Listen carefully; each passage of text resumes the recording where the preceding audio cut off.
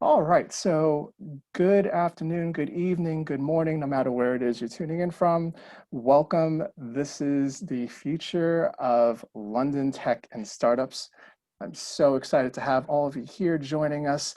I am Brian Antolin, Program Manager at LineRun, and we are so excited to have four amazing, incredible community leaders from London Tech joining us for our sixth Cities of Tech event, live podcast event.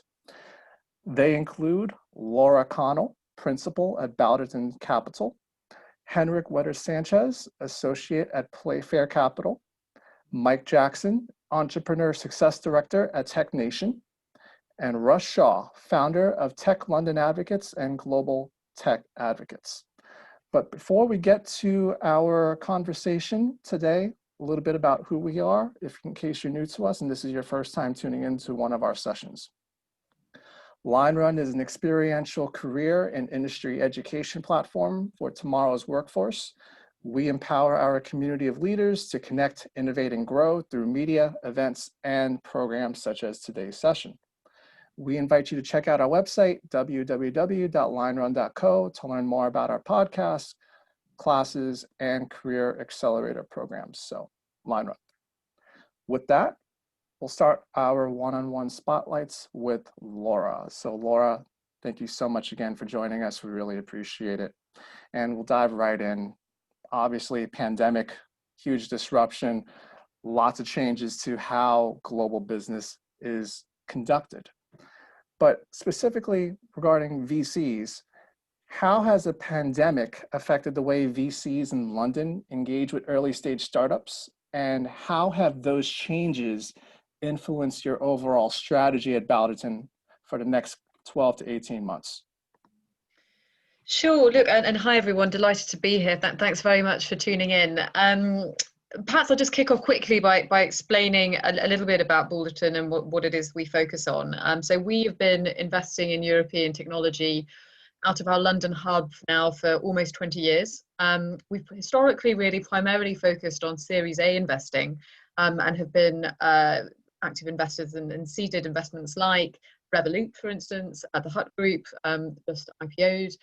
Go Cardless, Lendable, a variety of businesses across fintech, consumer, and enterprise SaaS. So we're really kind of generalist technology investors, and have been around for a while.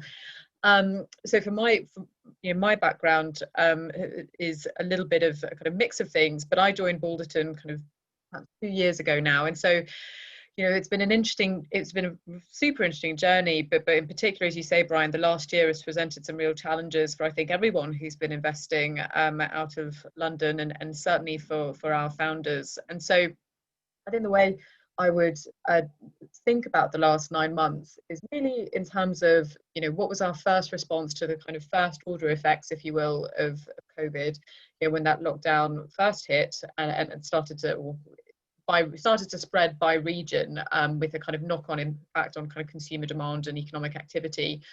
And then now how we're thinking about the second order effects I guess partly first order effects again as we get another lockdown, but also the longer term second order effects of what the lockdown's done for the last 9 months to the broader economy and to the ecosystem. If I think about the first 6 months of those first order effects, we obviously reallocated a lot of our time as investors out of London to working very closely with our founders, and supporting our portfolio companies was our kind of top priority.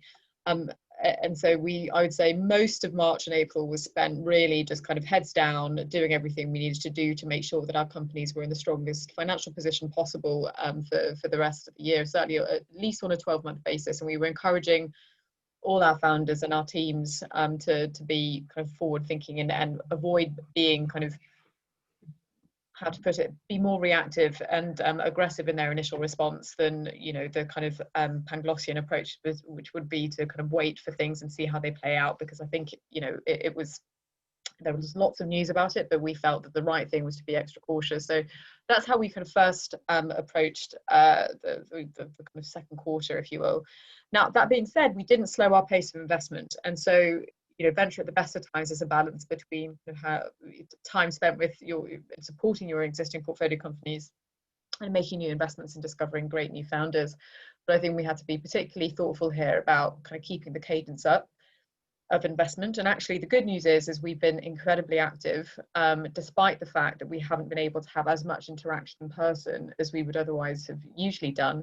But we've made, the best part of another 10 investments this year. We found our way around, the team working on an even more distributed basis, etc.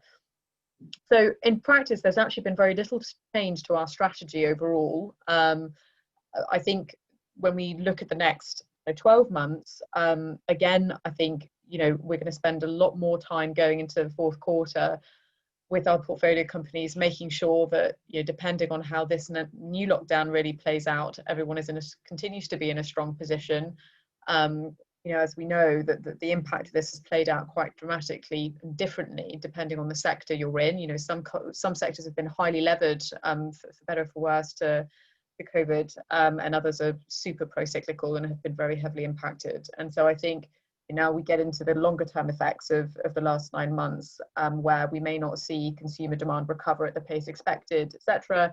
We need to continue to do a lot of work there. But our first priority continues to be, therefore, supporting our founders, but we do also continue to invest at a very regular cadence, shall we say. So there's been no slowdown there. I think it's really promising to hear that there hasn't really been much of a downward shift, and it's more of just changing the way that business is conducted versus doing more the in-person due diligence and just bringing people online, and may take a little bit longer, but at least the flow is still coming in and out. And I think that's really good to hear, especially when you hear all the things in the news about how a lot of people are launching startups and going into entrepreneurship, and people need to know that that there are avenues for growth there. So really wonderful perspective.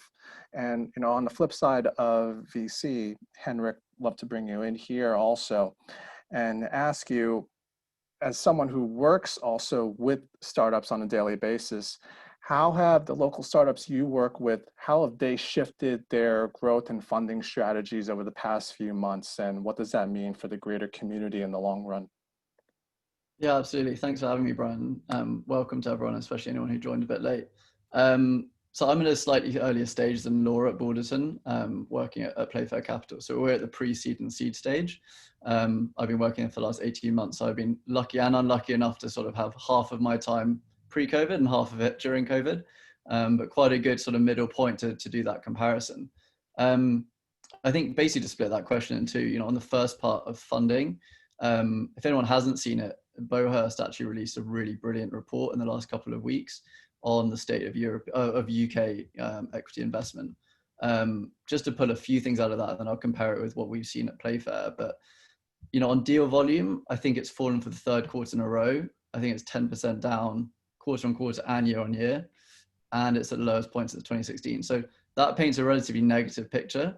On the flip side, on the quantums, it's actually jumped 50% since the last quarter. So you've seen a rebound in sort of confidence, but maybe on the later stage. So I'll come back to that point. I think one of the most worrying things that we've seen is maybe this first time funding. That's at the lowest point since 2010. That's really, really quite worrying, and it's half the level of pre-COVID. But on the flip side, deal sizes at every stage have increased at least 10%. So I think you're basically seeing this world where there's a huge amount of added risk at the earlier stage of funding and founding and funding a business. And so that's why rounds are getting larger, because you need more runway. You don't know about the uncertainties. And investors, who ultimately always have this slight range of where they can invest in a company, are looking a little bit later down the line. They're looking for more metrics. They're looking to push it to slightly more secure areas. I think one of the challenges here is going to be, does this have a knock-on effect down the line? If we don't found as many good early stage companies now in this slight pause period, will that impact later? Will that have kind of implications on the later stage funds? Slightly different point, but on breaking up the investment world, we are a pre-seed fund. Balderton's a Series A+ fund. There are other types. There are tax-driven funds like VCT, EIS, SEIS. Their funding for themselves, from their investors, has obviously been impacted because of the personal sort of situations of everyone that funds those on a yearly basis. So a lot of those funds have had to sort of put on pause or just think about their deployment strategy. And so we've seen quite a lot of those funds, particularly in the beginning and middle of the year, just put a little bit of a pause. You've also got to think about, traditional LP structures. If you're coming towards the end of a fund life cycle, you obviously are going to be a little bit more cautious about when are you going to be able to raise that next fund. Are LPs actually going to be as willing to put forward the same check size as they always were? So I think hopefully it's a case of pausing rather than a dramatic shift. And it looks from the numbers that there is a pause. We've got to be aware of that, but it's not a dramatic change. I think on the sort of growth side, there's been very different responses in different parts of the market. So obviously everything software, not everything, but a lot of software has been massively buoyed. A lot of the more traditional businesses and the economy that we've been seeing in the news has been more negatively affected. I think there are a few sectors that have been massively buoyed too, health, education, finance, not all of finance, but a lot of it. Some like travel and retail have been hit quite hard. Our experience actually, I think we've invested at the same pace as last year. We've actually invested in 2 travel companies.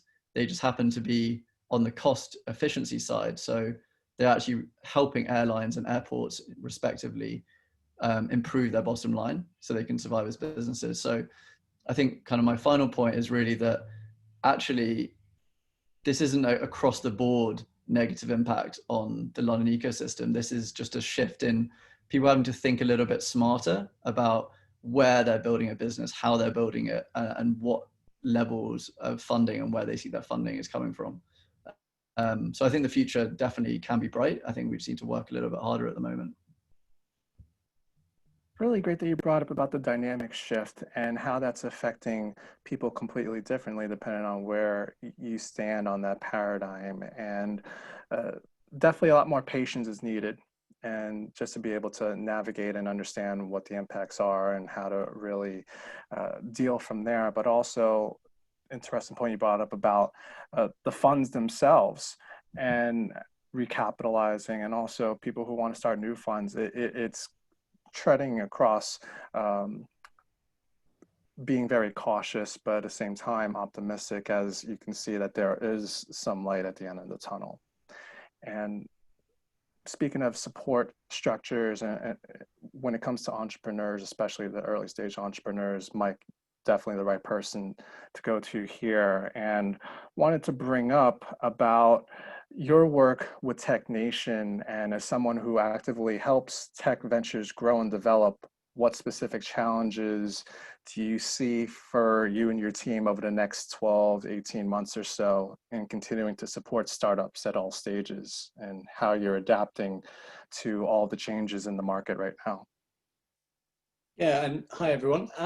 So Tech Nation, I'm sure not all of you are familiar. We are a government-supported agency whose job is to help scale up. So we've moved up from startups, where we started about 5 or 6 years ago, focused really solely on London as Tech City. Some of you may have heard of that in the past. And a couple of years ago, Tech Nation came into being to cover the whole of the UK, with a main office in London and an office in Manchester covering the rest of the country. And we've supported just over 700 companies in about a 6-year timescale, which includes some household names, some of the, about a third of the UK unicorns that have gone through our programs, like Revolut and Monzo and others. But also still working at the, what we call the early stage scale up, late stage seed. So the kind of area that Playfair are definitely operating in at the moment.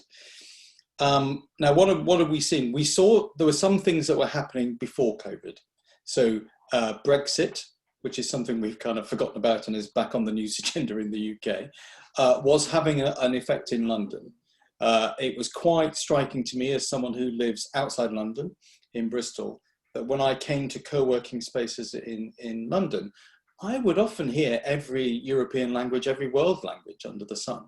And that wasn't the case if you're in Manchester or Edinburgh or Newcastle. And that easy supply of talent was starting to stop anyway. we operate a visa scheme on behalf of the government called the TechNation Visa, which is for exceptional talent and exceptional promise. And we have seen, just in the last month, the busiest month ever of people looking to come to the UK, which is fantastic, but needing a visa to do that. And that's a change. What else have we saw before? We saw actually a trend of companies going remote again before COVID. So a number of companies that we were working with were fully remote. And this was before COVID. So that trend has obviously been dramatically kind of accelerated.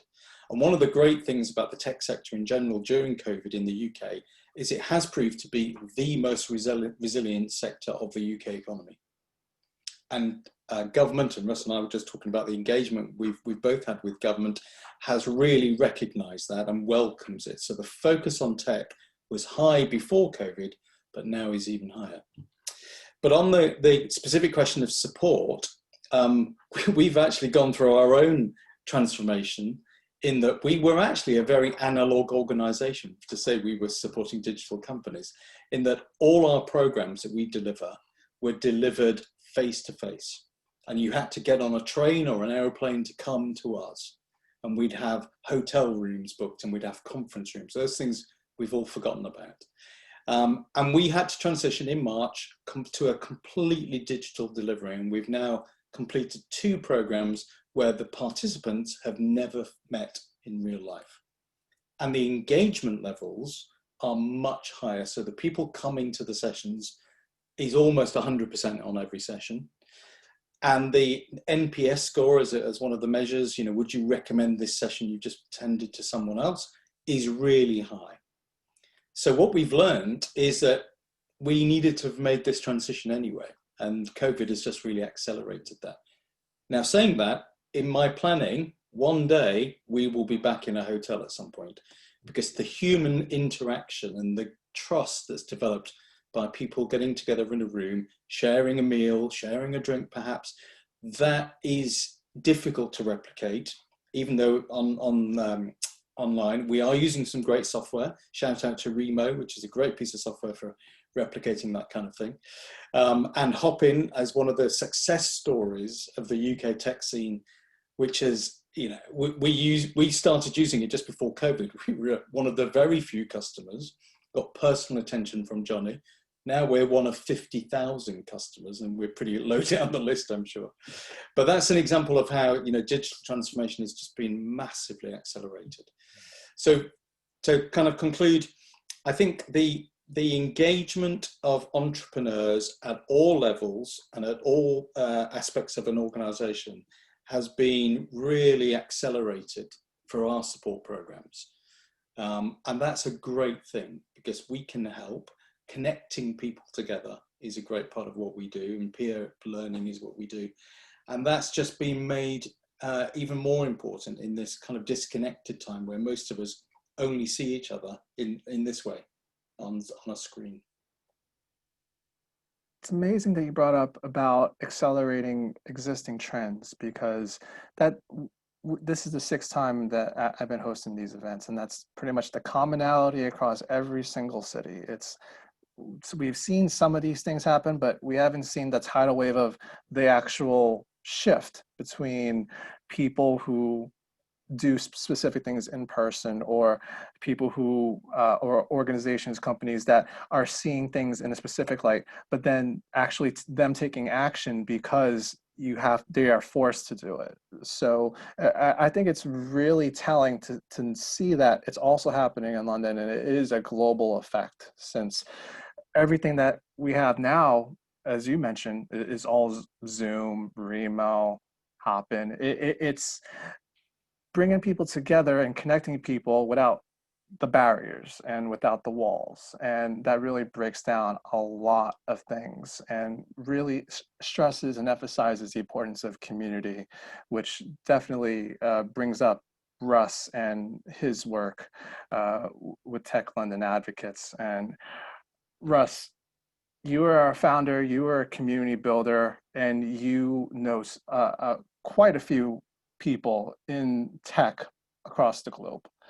But in your perspective, as someone who has roots in London, what changes or shifts have you seen within the London tech scene over the past few months as compared to the year or two prior to COVID? Sure. Thanks for that, Brian. And hello, everyone. And maybe if I could just take a moment to explain a little bit about Tech London Advocates, or TLA, and Global Tech Advocates, or GTA, not to be confused with Grand Theft Auto. These are communities of tech leaders, experts, investors, entrepreneurs, all coming together as volunteers to do two things. One, to support the startups, support the scale-ups in the ecosystem, and two, to address the issues and challenges that we're facing in our ecosystems, whether it's to government, to media, or key influencers. The groups are private sector led, independent from government. As I said, everyone's a volunteer, and I do all of this pro bono as my give back to tech. I launched the London group just over 7 years ago. We're getting very close to having 10,000 advocates here in London, across the UK, and in over 50 countries around the world. I also run Global Tech Advocates, so we have replicated this model in London and other places around the world. We have 16 other groups across the UK, in Europe, in the Americas, and going out to China and other parts of Asia. So it really gives me great insight in terms of what's happening in tech hubs. So Brian, to come back to your question, I think my response certainly underscores the points that Laura and Henrik and Mike have made. We've just seen hyper acceleration of everything towards digital and tech. And if I were to kind of break that down in terms of what I'm seeing in various aspects of this, one is, Henrik, I thought, did a really nice job explaining the issues around early stage businesses. If there's one sector of the ecosystem I'm particularly worried about, it is the funding for the early stage businesses. Some of them won't survive, and we have to be realistic for that. The Chancellor of the Exchequer earlier this year, I thought, did a very good job. My organization, several other organizations, got behind something called Save Our Startups, to put pressure, frankly, on the government to say, we really need your help here. And in May, the Chancellor launched the Future Fund, which is a fund co-invested with private sector investors to support many startups who are struggling with funding. And on top of that, about £750 million is also awarded to Innovate UK to give grants to startups and scale-ups. So really good to see the community coming together, government listening and responding to really address that particular sector in the ecosystem. And I think those businesses that were struggling either with funding or with their business model before going into lockdown have really had some issues and challenges. And as I've said, some of them won't survive. That said, the tech sector in other areas, I think, is doing remarkably well. We've seen sectors like health tech, ed tech, cyber, AI, areas within fintech, all doing remarkably well, all trying to recruit talent. Mike's organization, Tech Nation, puts out a great report every few months or so. And last month, one of the statistics that I cordoned onto was, since lockdown, there's a 36% increase in tech vacancies posted. So, whilst other parts of the economy here are really struggling and people are being laid off and being made redundant, there are parts of the tech sector that are still struggling to recruit talent. So the issues around talent going into the pandemic have been accelerated in terms of getting enough of the right talent. And I would also say and add, getting the right diverse mix of talent and really focusing on inclusivity has also accelerated. Many of us have been very worried that during the pandemic and the frantic nature to get talent, to move things quickly, would we revert to our norms of just going to white male talent? And thankfully, I think we're seeing many people being sensitized to not doing that, coupled with the Black Lives Movement during the summer, really raising awareness of how critically important diverse talent is to our sector. And that's certainly one of the things that we beat the drum about in Tech London Advocates. We're seeing similar parallels in other hubs, not only across the UK, but around the world. But I do think the digital and tech ecosystem is going to come out of this in a much stronger position by and large. The one other softer thing I want to speak about is, we've put a lot of pressure on entrepreneurs and investors during this period. And even before this, Mike mentioned Brexit. I sometimes joke with other tech leaders around the world that we have some of the most resilient entrepreneurs in the UK.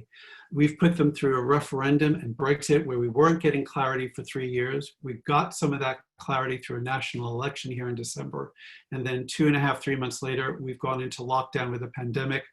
We're going through another phase of that. And then this year, we're going to have some pretty significant decisions of whether we have a no-deal Brexit relationship with the EU or some type of negotiated agreement. So if you're an entrepreneur running a fintech business or a cyber business or an AI business, you've got to be incredibly flexible and adaptable in the UK.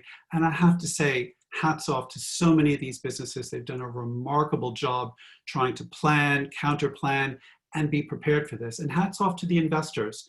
Looking at Henrik, looking at Laura, they've done a really good job working with their companies in their portfolios right as we went to lockdown. That was the first story I heard. Investors were working closely with their businesses, helping them to say, look, you got to manage your cash flow. You got to make sure you've got good cash management in your business in order to get through what could be a very difficult period of time. So with that, I think we're now in this period of what we're trying to call the new normal, going through a second wave now. I expect this to continue into 2021. I do expect some businesses to go under. It's going to be a hard period of time, both for the businesses and I think mentally in terms of going through another severe period, but we've got a lot of resilient talent in our ecosystem. For sure. And that transition period, as you mentioned, Russ, it's always that uncertainty that really shakes people, and to have the direction and to just continue on the momentum, as you mentioned, of the investors like Henrik and Laura supporting their portfolio companies, and also folks like you and Mike who are really actively trying to gain up support so that everyone, or at least as many people and organizations as possible, can survive this. It's really important that we're all working together. So thank you very much for that. And before we get to our panel discussion, I want to give a shout out to the London Business School. I know we have a lot of MBA students who are on the line today, so appreciate your support, and I hope you're enjoying the session so far. From there, Russ, you brought up something really interesting about how, the digital ventures are really shining. And Mike, would love to go back to you here. And if you had to paint a picture right now in terms of what London Tech is, where we are now, October 2020, and how does it bounce back from the different challenges and disruptions that a lot of early stage companies, a lot of scale-ups, everyone in general are currently facing? How would you describe London Tech right now?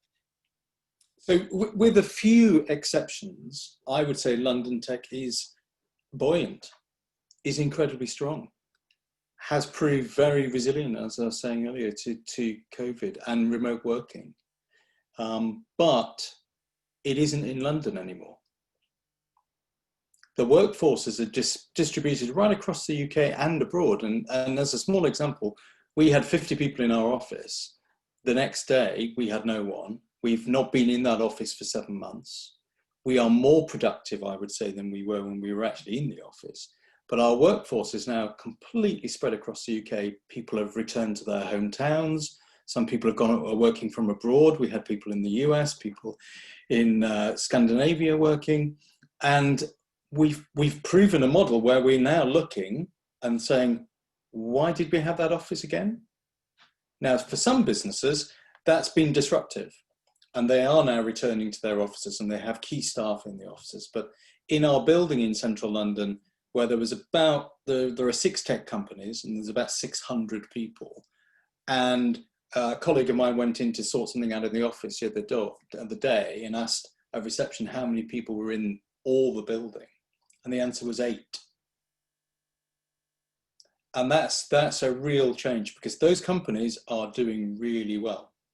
And they're looking at their leases, as we are right now, and going, I'm not sure we're going back to that lease. And that's going to be devastating for small businesses in London, all those sandwich bars and shops and support organisations that were surrounding our office. must be having a terrible time. And that is bad, but the tech scene is incredibly buoyant, and that's replicated right across the UK. It's not a London thing. So I think we are going to see a generational change in how tech businesses operate.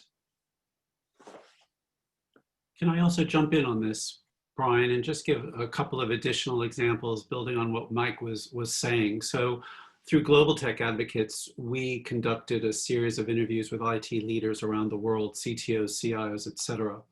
And many of them, and some of them here in London and in the UK, are at a very interesting crossroads, building on Mike's point about remote working, which is, where do they spend their budgets going forward? And many of them are saying, I've got staff working remotely, I need to better support them through IT, et cetera. I also have a huge amount of commercial real estate that I need to do something with. And I think some of these businesses are starting to make decisions to say, how do we redesign our offices for greater collaboration? How do we bring more startups into our offices where we've got the space, where we're trying to become more innovative as a large organization? Well, let's bring some of these companies in.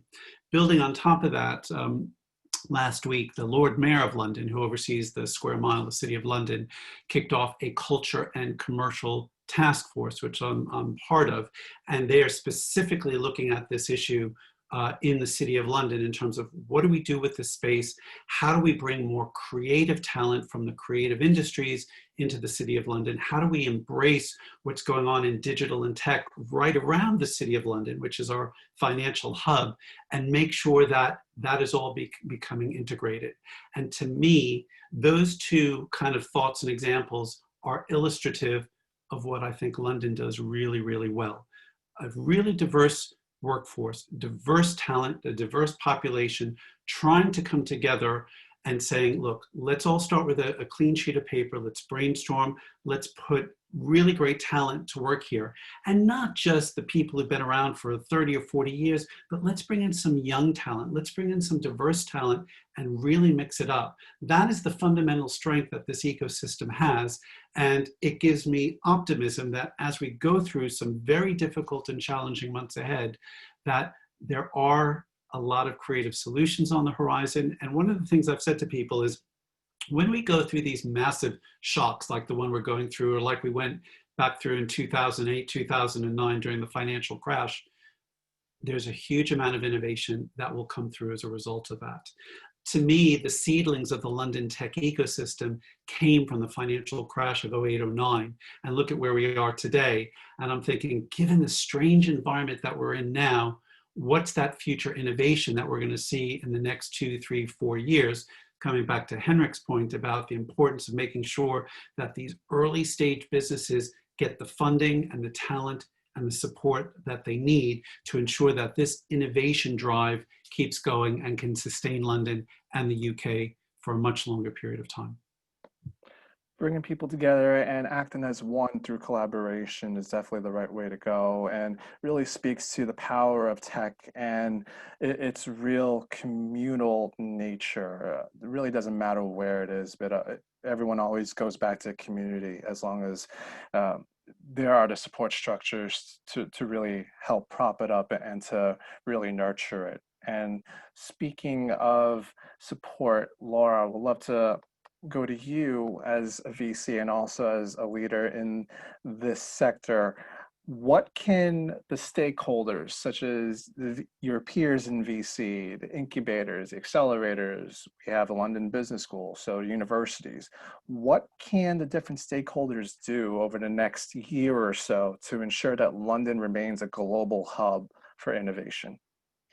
Yeah, you know, it's something that we thought a lot about, and to echo things that both Mike and Russ have already touched on, the power of the genesis of London's kind of booming tech ecosystem is really a kind of triumvirate of capital, infrastructure, and talent. But of all those three elements, the talent element is the absolutely critical one. And I think the question all venture investors are asking themselves is, how do we ensure some consistency in continuing to attract that kind of talent, retain that kind of talent, and if we assume that that talent doesn't necessarily have to be in London itself, how do we continue to have a kind of London as a hub around which, you know, lots of talent can congregate, albeit idiosyncratically? You know, what are the things that drive talent?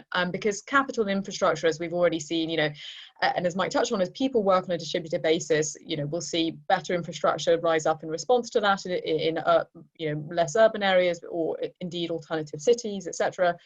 For me, that the question is talent, and so, you know, one of the things, again, that we've already touched on that makes London absolutely unique, still unique across European cities, is this diversity point, which Russ, you've already brought up. And I think rightly, you've also mentioned the BLM movement and the fact that, you know, that's also rightly made investors even more sensitized to what we need to do around that question. But I do think this question, the key point here is creating an environment in which diverse talent gets invested in, gets supported, and that is made visible both, you know, within the UK but also across Europe, because that culture is something that's still unique to London, and I think we have to work very hard at maintaining our edge on, not only because it is obviously the right thing to do, but I think that is exactly why smart people who want to kind of be, you know, the innovators of tomorrow continue to come here, because we give them that freedom of thought and innovation, and I think that's really the critical piece here.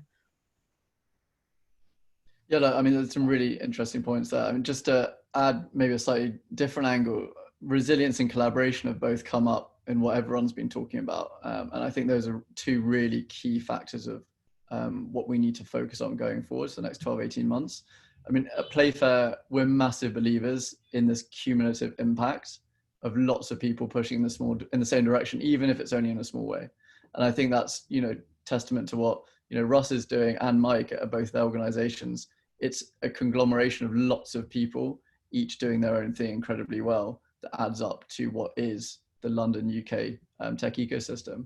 I mean, for us, we've set up this event for female founders in the UK called Female Founder Office Hours. We've been doing that in collaboration with Tech Nation actually since the beginning of the year.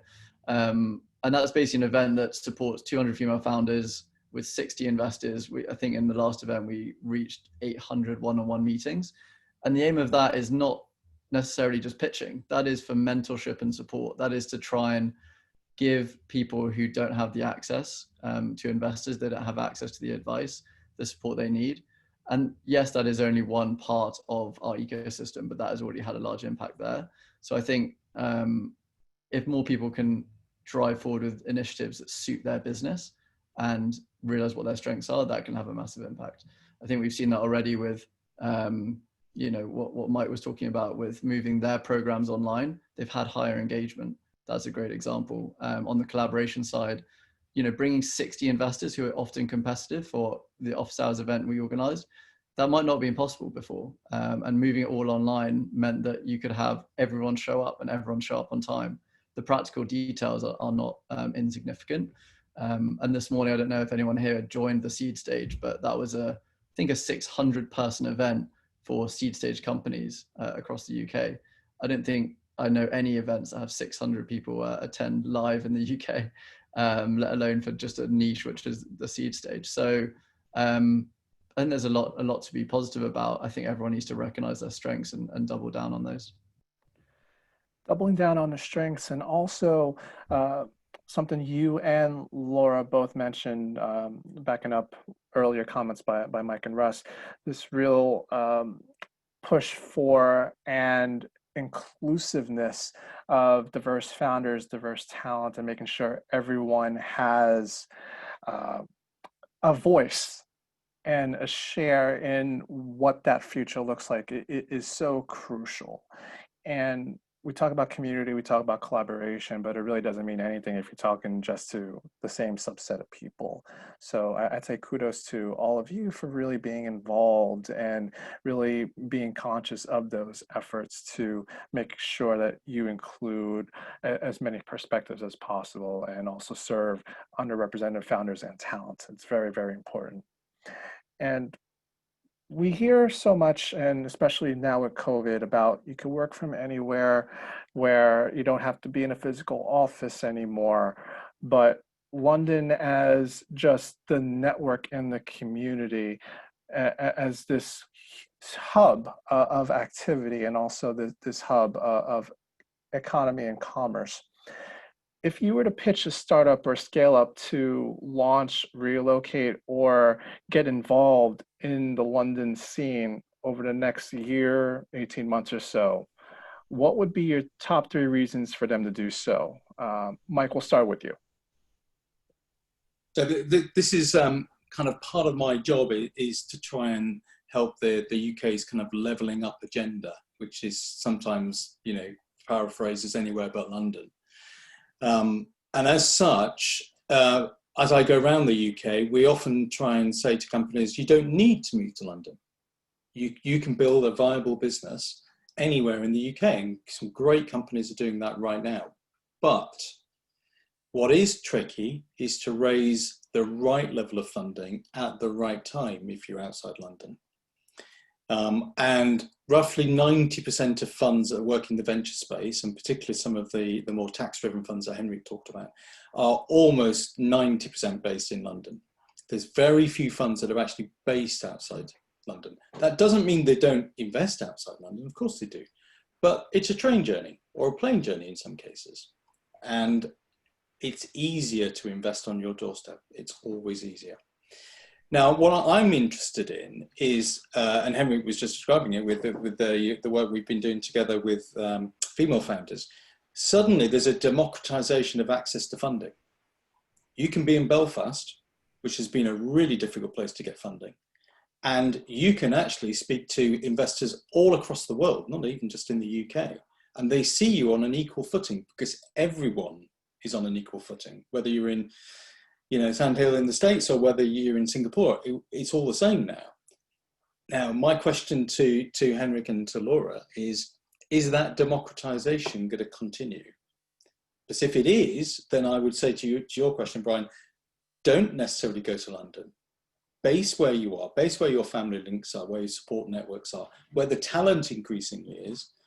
But actually, if we're going to revert back to type and where we were before, then there are companies that I definitely do recommend in certain industry sectors, in particular, media and advertising, to move to London because it's the natural home of those businesses and the investors. So I'll throw the question over to my fellow panelists, if I may. Yeah, look, I mean, I think I'm wary of making statements about what the world would look like in 12 months at this point in time. But I do think that while there will likely be some reversion to the mean, lots of things that we are currently doing online will go back to being done face to face, you know, as you yourself suggested, Mike. I do think that we have now rightly got into the habit and created habits around having first, second and third interactions online. And so that necessarily democratizes access, as you said. So it may be that there will continue to be some requirement to meet in person. I doubt that will go away, particularly, you know, for some of the larger checks at Series A, for instance. But I do think that much more of the process can be done online, and that will continue to be true, hopefully long after COVID. But I think that the second important feature of that trend is that we, as investors, recognise and are accurately tracking the extent to which that has in fact expanded the group of people and the, you know, diversity of people that we are speaking to, because it has, and we've seen that within our own pipeline. But you know, that is just a fact. And so insofar as we've been tracking it, we now need to make sure that we sustain that, and we don't kind of close off those avenues anymore. And we've done a lot of work as a firm. We have been doing it for some time, but certainly in the last 12 months, there's been a real acceleration in the work we've been doing with diversity and inclusion organisations, female founders, and we do lots around both tracking our own pipelines, I mentioned, but also supporting the ecosystem, mentorship, etc. And so I do think that, it's important that we track things accurately now, as we should just make sure we're seizing on the opportunity that we've seen over the last 12 months and just keep doing the same. And so I think that the onus is on us to make sure that we keep doing that. There's lots more to do. Definitely, yeah. I mean, just to pick up on that. So I mean, I think you've got to almost take a step back and figure out, why do people base themselves in cities? You know, there's a personal aspect. You know, people happen to have grown up there. They're more likely to, because it is a cluster. They have friends, they have social lives. The latter part is changing slightly. I don't know if you've been to central London recently. It's not quite as fun as it used to be, or probably in many other cities, particularly with the restrictions. But basically, businesses are driven by customers and by their talent.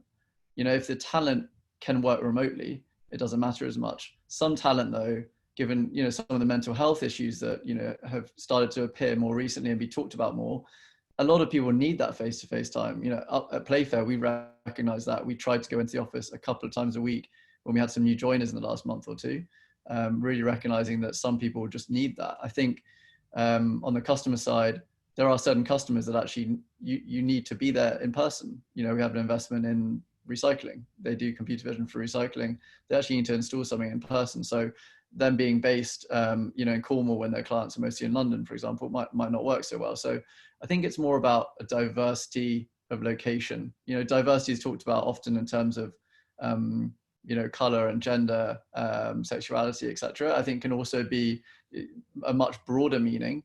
And I think what we're moving to now is a world where people are very open to how people want to work. And I think that's a much better place to be.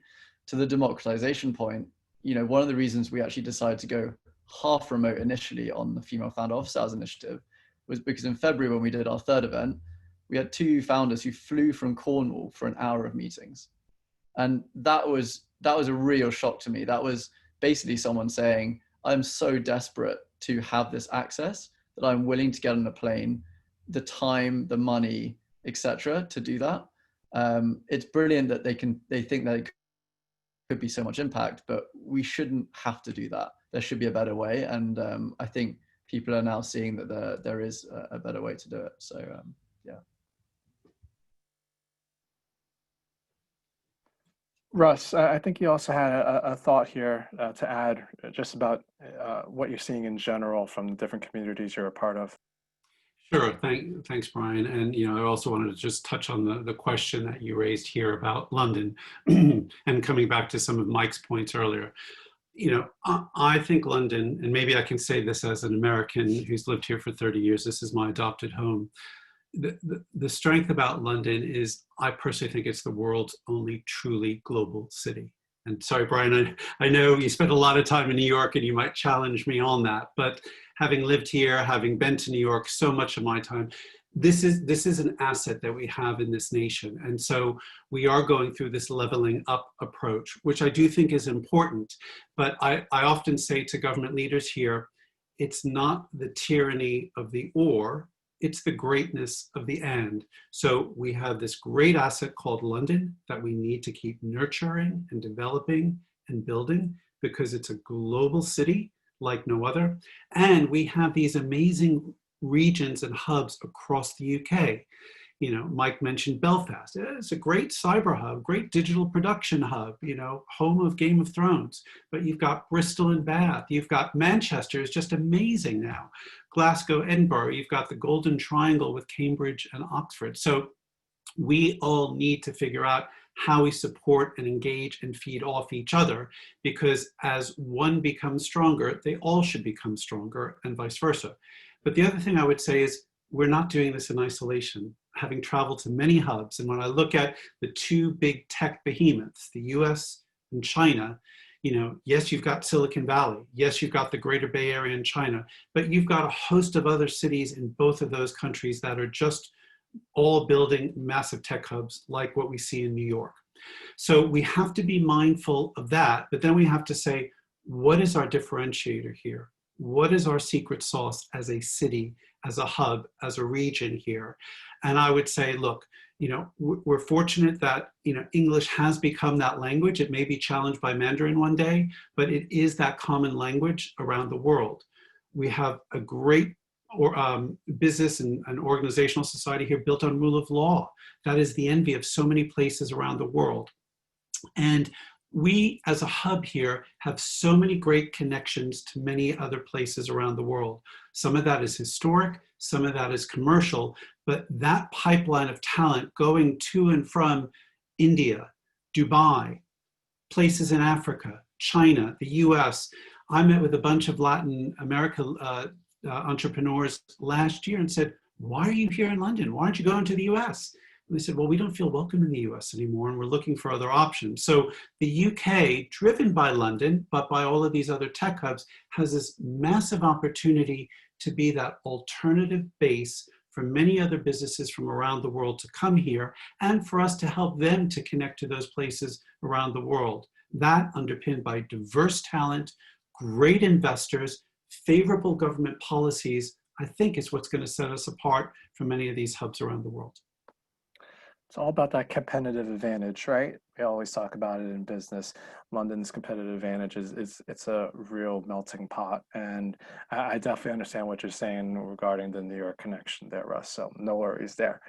All right. So with that, we have a couple questions from our audience, and we are going to go first to Zlatko's question. And Zlatko is saying that they have a content management startup, deals with data integration, but they're having a lot of issues trying to gain interest from investors. So Laura, do you have any advice for Zlatko on what possibly they can do to gain more attention from investors?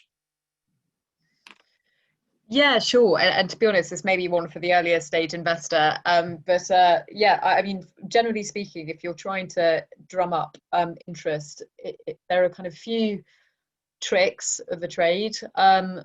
One of them is to be very thoughtful about who it is you're reaching out to, because I think what can often happen is if you don't have a kind of short list and a very kind of detailed summary of which types of investors do what, and you may already have done this, but it is helpful to just say, okay, these are the top 30 odd, and it sounds like it might be pre-seed, even maybe seed, pre-seed seed funds that I would like to target. And you go systematically through their portfolios, understand whether or not they're interested in the sector that you're reaching out about, understand who the kind of key decision makers might be there for that particular space if you can. And a lot of that information is available online.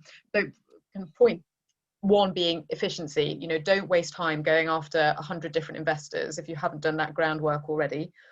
The second thing is, once you've got that short list of investors, now you can get your own house in order and be clear about whether or not you really got your narrative straight. So that as and when you do have that touch point, you can really get the message across. Every conversation is a pitch, right? From that first touch point onwards, there's no such thing really as small talk. I mean, you can do a little bit of it, but if you're already talking to people and looking to fundraise, be very clear that you're kind of in pitch mode from the outset. And I think the third thing about it is really to understand that in this environment, these things can take time. And even in the best environment, one outreach won't be enough necessarily to get someone's attention. As and when you're tracking those top investors you've reached out to, understand that you may want to reach out to them at least 2 or 3 times, perhaps, before you really get before you get a response. It's not because they're not necessarily interested, it's because they get a lot of inbound. So do be persistent. I think persistence is really important here. And I guess the fourth thing would be to be thoughtful about ways in which you can generate inbound. So be that through content or events that might raise your profile in the general ecosystem. Don't assume that this all has to be outbound. You can generate some good inbound if you're thoughtful about that also. Laura, it sounds like you should move to pre-seed stage.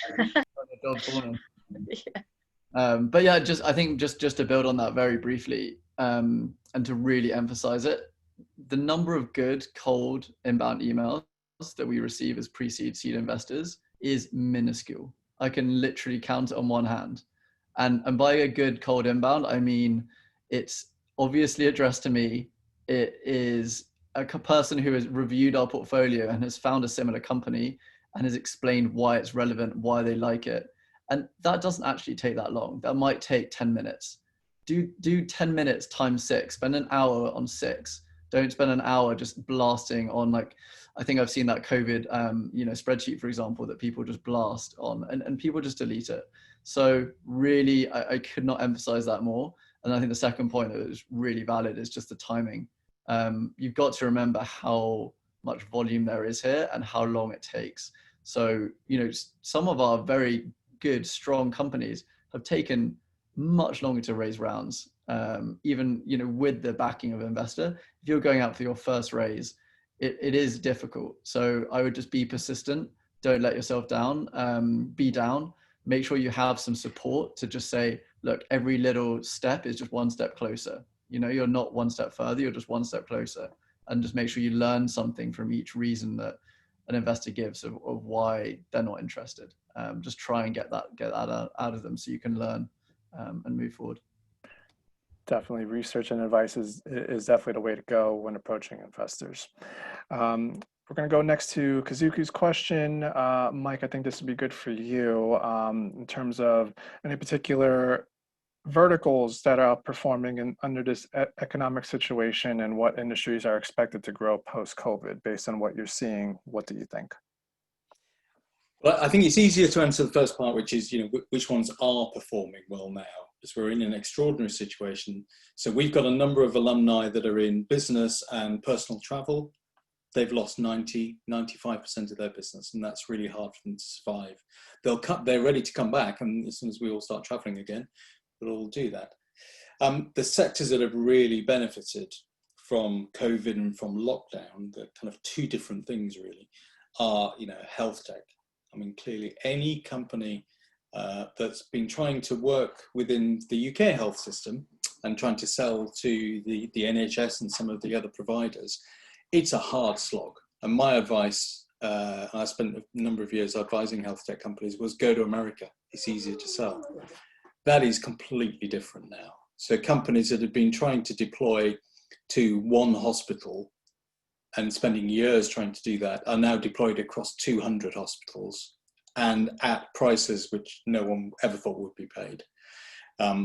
There's going to be some kickback on that because some of the contracts have been hasty, and it'll be interesting to see how that resolves itself. And there's some people working on that right now.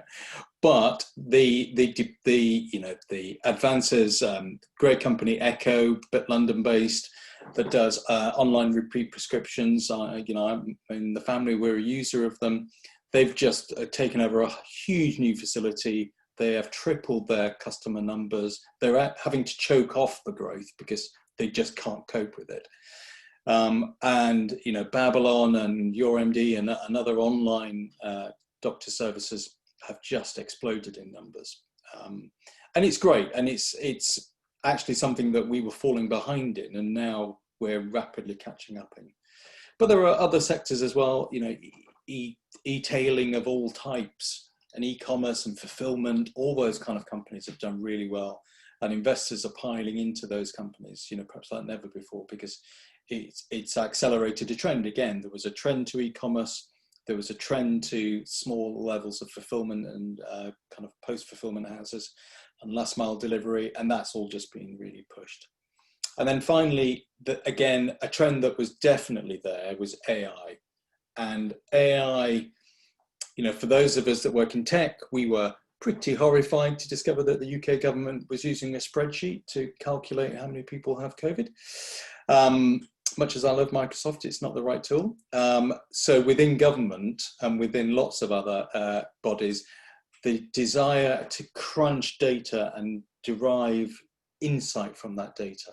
So we've got a whole cohort of AI companies that have just been bombarded by different government departments in a pretty uncoordinated way, frankly, to say, we need help, we need help. And that is going to be an explosion of really interesting data to work with. For sure. Anytime you mix in government data and tech, you're always bound to have some really interesting, let's call it interesting, results from that. So I definitely agree with you there, Mike. And I think that's a wonderful place to leave off our conversation today. We've covered so much ground, and I can't thank all four of you enough for sharing your insights. We really, really do appreciate it. And also for our audience tuning in, thank you so much for the questions and for being engaged. again, really wonderful conversation. For those of you who registered for the event today, you're going to get the recording probably Friday, depending on how things go with the editing. Also, for those of you interested, we have a Intro to Entrepreneurship module coming up the first week of November with 3 really interesting startups. Everything you want to know about entrepreneurial thinking over 3 days, we got you. So if you're interested in that, linerun.co/events. Otherwise, again, Mike, Russ, Henrik, Laura, thank you so much again. Thank you to our audience. Hope everyone has a wonderful evening. Thanks, everyone. Bye.